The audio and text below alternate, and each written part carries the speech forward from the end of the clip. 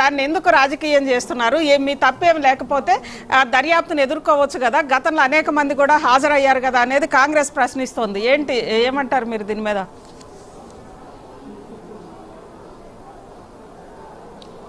Ajitha madam గారు, ప్యానెల్లో ఉన్న ప్యానలిస్టులకు మీకు అందరికీ నమస్కారాలు. ఇవాళ ఈ కాంగ్రెస్ ప్రభుత్వం చేస్తున్న డ్రామాలను ఒకసారి ప్రజలు గమనించాలని మాత్రమే చెప్తున్నాం. మేము ఎదుర్కోవడానికి భయపడతలేము, కేసులకు భయపడతలేము, విచారణలకు వెనుకంజ వేస్తలేము. ఇలా గమనించాల్సింది ఏంటి అంటే, ఈ రాష్ట్ర ప్రభుత్వాన్ని జరుగుతున్న పరిణామాల విషయంలో ఒక ప్రతిపక్ష పార్టీగా మా నాయకులు హరీష్ రావు గారు ఎప్పటికప్పుడు ఎండగడతా ఉంటే భయపడి భయానికి లోనయ్యి ఇష్యూను డైవర్షన్ చేయడానికి కాంగ్రెస్ ప్రభుత్వం ప్రయత్నిస్తూ ఉంది తప్పితే, నిజంగా ఫోన్ ట్యాపింగ్లో అవినీతి అక్రమాలు లేకపోతే ఫోన్ ట్యాపింగ్ జరిగిందంటే మరి 2 సంవత్సరాల నుంచి ఏం చేస్తూ ఉన్నది కాంగ్రెస్ ప్రభుత్వము? ఒక సిట్ వేసింది కదా. మేమేం అడుగుతున్నామంటే, గత 10-15 రోజులుగా ఈ రాష్ట్రంలో ఉన్న క్యాబినెట్ మంత్రులు జరుగుతున్న వాటాల పంపకాల విషయంలో జరుగుతున్న అవినీతి పైన ప్రశ్నిస్తే మా పైన నోటీస్ ఇస్తారా? ఇలా నిన్న మధ్యాహ్నం ప్రెస్ మీట్ పెట్టి మాట్లాడిన మా హరీష్ రావు గారికి సాయంత్రం నోటీస్ ఇచ్చిండ్రు. అంటే ఇవాళ ఏం జరుగుతూ ఉన్నది అంటే, బొగ్గు కుంభకోణంలో మీ బామ్మర్ది సుజన్ రెడ్డి గారు ఉన్నారని చెప్పినందుకు మీరు నోటీస్ ఇస్తారా? లేదా ఈ రాష్ట్రంలో ఒక ఏఐసిసి నాయకుడు సంపత్ కుమార్ గారు ఒక కాంట్రాక్టర్ను బెదిరించిండ్రు, 8 కోట్ల రూపాయలు అడిగిండ్రని చెప్పి స్వయాన ఆ కాంట్రాక్టరే పోలీస్ స్టేషన్లో కేసు పెడితే పట్టించుకొని ఈ పోలీసు యంత్రాంగం మరి దాని మీద విచారణ చేయరా? అక్కడ అరెస్టులు ఉన్నాయా? అంటే ఒక ప్రతిపక్ష పార్టీ ప్రజల పక్షాన గొంతెత్తితే మాత్రమే ఆ గొంతు నొక్కేయడానికి మీరు ప్రయత్నం చేస్తారా? మేము అడుగుతున్నది ఇది కదా. ఈ రాష్ట్రంలో జరుగుతున్నది ఏంది అసలు? మీరే కదా మీరు కొట్లాడుకొని బయటపడతా ఉంటే దాని విషయంలో ప్రజలకు తెలవడానికి మేము మాట్లాడుతూ ఉంటే మా గొంతు నొక్కడానికి ప్రయత్నం చేస్తూ ఉన్నారు కదా. ఇది కక్షపూరిత చర్య అని మేము మాట్లాడుతూ ఉన్నాం. డెఫినెట్ గా ఎదుర్కొంటామండి అజితా మేడం గారు. తెలంగాణ ఉద్యమంలో అనేక కేసులకు భయపడలేదు మా నాయకుడు హరీష్ రావు గారు. అనేక కేసులు ఎదుర్కొన్నారు, అనేక సార్లు జైళ్లకు వెళ్ళొచ్చినాం. ఇవాళ ఈ రేవంత్ రెడ్డి ప్రభుత్వం చేస్తున్న ఈ చీప్ పాలిటిక్స్ ను తప్పకుండా మేము ఎదుర్కొంటాం. మాకు న్యాయస్థానం మీద నమ్మకం ఉన్నది, చట్టాలంటే గౌరవం ఉన్నది. కాబట్టి మేము విచారణకు వెళ్ళినాం. ఇప్పుడు కాదు, ఇంకా 10 సార్లు విచారించిన నాడు మీరు తెలంగాణ రాష్ట్రంలో మీరు అధికారంలోకి వచ్చిన నాటి నుంచి వెళ్ళి మొట్టమొదట కాళేశ్వరం కమిషన్ అన్నారు. కాళేశ్వరం కమిషన్ మీద ఎన్నిసార్లు విచారించినా మేము మా మాజీ మంత్రి హరీష్ రావు గారు వేయండు, తెలంగాణ తొలి ముఖ్యమంత్రి కేసీఆర్ గారు పోయి హాజరయ్యి సమాధానం చెప్పొచ్చిండు. ఆ తర్వాత ఫార్ములా ఈ-కార్ మీద కేటీఆర్ గారిని పిలిచిండ్రు. వారు కూడా 1కి 2 సార్లు పిలిస్తే 2 సార్లు పోయి సమాధానం చెప్పొచ్చినాం. ఇవాళ ఫోన్ ట్యాపింగ్ కేసు మీద మా హరీష్ రావు గారిని పిలిచిండ్రు. ఇలా ప్రతిపక్ష పార్టీని టార్గెట్ చేసి పనులు చేయడం తప్పితే ప్రజలకు ఇచ్చిన వాగ్దానాల విషయంలో మీరు ఇచ్చిన 6 గ్యారంటీలు 13 అంశాలు వాటి గురించి మాట్లాడే సందర్భం ఉండదా? వాటి గురించి మాట్లాడద్దా?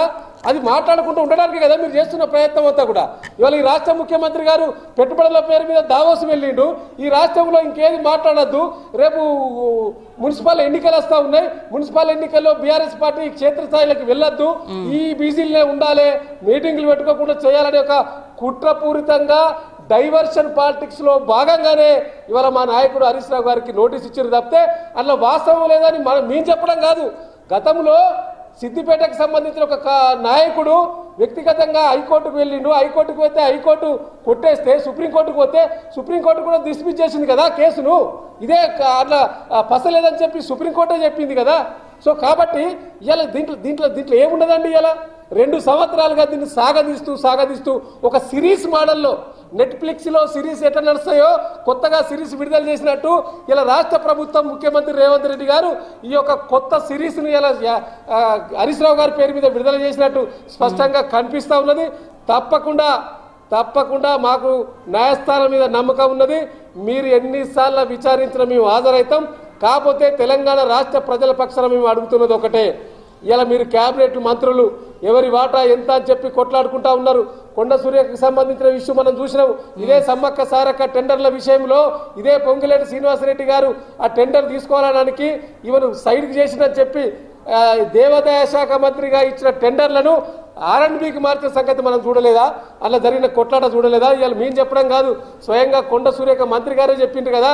ఇవాళ ఈ యొక్క బొగ్గు కుంభకోణంలో నిన్ననే మా మాజీ మంత్రి హరీష్ రావు గారు మాట్లాడిండ్రు కదా. ఇద్దరి మంత్రుల మధ్య జరుగుతున్న కొట్లాట, ఇవాళ వాటాల కొట్లాట. స్వయంగా ఆర్థిక శాఖ మంత్రి, బొగ్గు గనుల శాఖ మంత్రి స్వయంగా ప్రెస్ మీట్ పెట్టి చెప్పిండు కదా, మీ ప్రధాన పత్రికల్లో ఒక ఆయన రాసిండు కదా కొత్త పలుకుల పేరు మీద. ఇవన్నీ తెలంగాణ ప్రజలు గమనిస్తలేరా? మేమైనా కొత్తగా చెప్తున్నామా? మేమైనా సృష్టించి చెప్తున్నామా? వార్తలలో వచ్చిందే కదా. ఇలా జర్నలిస్టుల మీద సిట్టేస్తారు, ప్రతిపక్ష పార్టీల మీద సిట్టేస్తారు, అధికార పక్ష నాయకులు బెదిరింపులకు పాల్పడితే ఎందుకు సిట్టేయరని అడుగుతున్నావు. తప్ప అది? రైట్. అది అడిగితే అడగనియరా మీరు? మేము ఎక్కడ తప్పించుకొని తిరుగుతున్నాం? కాబట్టి ఇలా రాష్ట్ర ప్రభుత్వం తెలంగాణ రాష్ట్ర ప్రజలకు ఇచ్చిన వాగ్దానాల మీద కాన్సన్ట్రేషన్ పెట్టకుండా ప్రతిపక్ష పార్టీ గొంతులను ఎట్లా నొక్కాలనే ఒక ప్రయత్నం చేస్తా ఉన్నది తప్పితే వేరే ఒక అంశాల మీద ఈ యొక్క రాష్ట్ర ప్రభుత్వానికి ఇంగితమైన ఆలోచన లేదన్నట్టు స్పష్టంగా కనిపిస్తున్నది అజిత గారు. కాబట్టి ఈ రాష్ట్ర ప్రభుత్వాన్ని మేము ఒకటే కోరుతా ఉన్నాం, మీరు సిట్టులు వేసుకున్నా, కమిషన్లు వేసుకున్నా, ఏ విచారణకైనా మేము నిష్పక్షపాతంగా సమాధానాలు చెప్తాము. తప్పకుండా ఈ రాష్ట్ర ప్రభుత్వాన్ని ఈ డీజీపీ శివధర్ రెడ్డి గారు మీకు క్వశ్చన్ చేస్తా ఉన్నాం, ఎందుకు మీరు కాకి బుక్ అని మీరే చెప్పిండు కదా, మరి కాకి బుక్ ఒక జర్నలిస్టులకు ప్రతిపక్ష పార్టీకే ఉంటుందా, అధికార పక్షానికి ఉండదా? చట్టం కొందరికి చుట్టమవుతుందా? చట్టం అందరికి సమానమే కదా. అందరికి సమానం అన్నప్పుడు అందరికి సమానమైన చర్యలు ఉండాలి కదా అని మేము అడుగుతున్నాం. అది తప్ప? రైట్ వాసుదేవ్ రెడ్డి గారు. చరణ్ గారు, మీరు మాట్లాడే ముందు ఇప్పుడు చిన్న బ్రేక్ తీసుకుందాం. బ్రేక్ తర్వాత కంటిన్యూ చేద్దాం.